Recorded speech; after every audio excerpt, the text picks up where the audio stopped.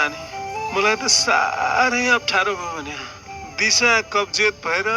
हैरान भए भने म त एक त सितिमिति दिशै हुँदैन कहिलेकाहीँ त भयो भने पनि रगत पो चुइन्छ के भयो होला नानी लौ न यस्तो लक्षण त पायसको पनि हुन्छ हेर्नुहोस् तर अब त्यसै भन्न त मिलेन त्यही भएर रुपडियामा रहेको पायस क्लिनिकमा जानुस् न त्यहाँ दक्ष चिकित्सकबाट पायसको उपचार गरिन्छ ओहो तपाईलाई पनि यस्तै समस्या छ भने रुपैडियामा रहेको विनायक मेडिकल हलमा जानुहोस् त्यहाँ डाक्टर पीके बालाद्वारा बिना अपरेसन नयाँ पद्धतिबाट औषधि ग्यारेन्टीका साथ गरिन्छ साथै बिरामी सञ्च नभए पैसा फिर्ता समेत गरिन्छ